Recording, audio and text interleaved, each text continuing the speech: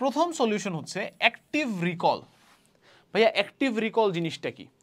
Active recall জিনিসটা আমি already একটু বলে ফেলছি।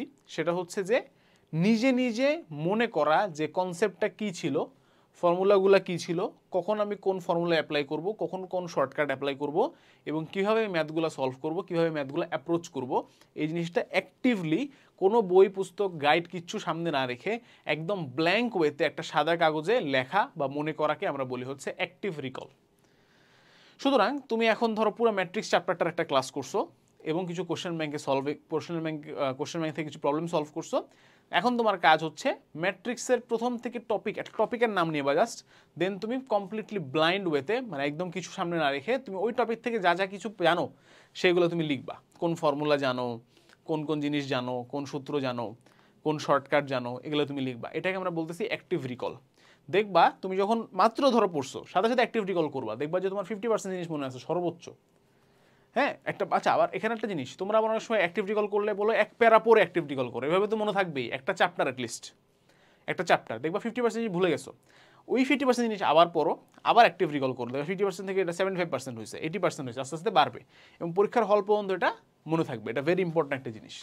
আচ্ছা, নেক্সট একটা স্ট্র্যাটেজি হচ্ছে time strategy, time management strategy আর কি। পরীক্ষার হলে আমরা কীভাবে টাইম ম্যানেজমেন্ট স্ট্র্যাটেজিগুলো ইমপ্রুভ করতে পারি, এটার একটা ভালো ওয়ে সম্ভবত যে তোমার পরীক্ষা যদি সাধারণত অ্যাডমিশন টেস্টগুলোতে 4টা সাবজেক্টে পরীক্ষা হয়, ফিজিক্স, কেমিস্ট্রি, ম্যাথ, বায়োলজি, অনেক সময় কোনো জায়গায় বাংলা ইংলিশ হতে পারে।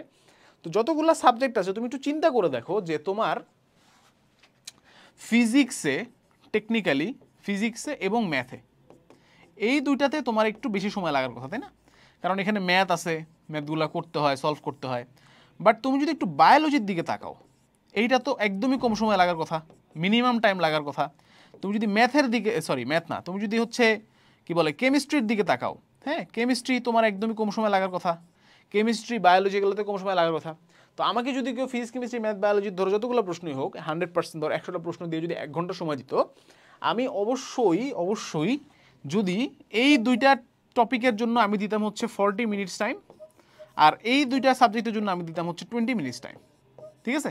কারণ আমি 40 মিনিটে অ্যাকচুয়ালি ফিজিক্স এবং ম্যাথ দাগায় ফেলা পসিবল, বাট ওইটার জন্য আমি দিতাম অর্ধেক টাইম, সোজা কথা 2:1 রেশিওতে আমি ভাগ করতাম।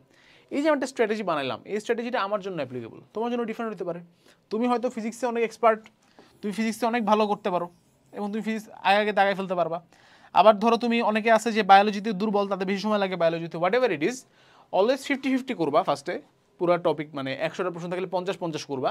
এবারে একটা 50, কোনো একটা 50 মানে 50 সেটের কোশ্চেন তুমি 2:1 রেশিওতে সলভ করবা। বোঝা গেছে আমার কথা? অর্থাৎ টোটাল কোশ্চেন যদি ধরো থাকে 100টা, তাহলে 50টা কোশ্চেন তুমি সলভ করা হচ্ছে 20 মিনিটে, আর 50টা কোশ্চেন তুমি সলভ করবো হচ্ছে 40 মিনিটে। বোঝা গেছে? এইটা একটা ভালো টাইম স্ট্র্যাটেজি বলে আমি মনে করি, এবং এই স্ট্র্যাটেজিটা পরীক্ষার হলে স্ট্রিক্টলি ফলো করতে হয়। যে ফিজিক্সে আমার 20 মিনিট মানে 20 মিনিটই, মানে তো কথার কথা, ফিজিক্সে ম্যাথে ধর 20 মিনিট, 20 মিনিট 20 মিনিটই, 20 মিনিট 21 মিনিট যখন আমি, তখন আমি সরাসরি কেমিস্ট্রিতে চলে যাবো। তো পরীক্ষার হলে যেটা হয়, তোমরা ফার্স্টে ঠিক করো, ফার্স্টে সিলেক্ট করো যে ভাই এভাবে করবো, আমি এইভাবে সলভ করবো, সমস্যা নেই। দেন যখন দেখো যে ফিজিক্সে 15 মিনিটে হয়েছে 10টা প্রশ্ন মাত্র, আরও বাকি আছে 5টা, তখন তোমরা আরও 5 মিনিট লাগাই 5টা সলভ করার ট্রাই করো। এই তুমি পিছিয়ে গেলা। স্ট্র্যাটেজি একবার ভুল হয়ে গেলে কিন্তু খুবই বিপদ, ঠিক আছে? সরি। তো এটা একটা ভালো টাইমের স্ট্র্যাটেজি, কিন্তু 2:1 রেশিওর স্ট্র্যাটেজি।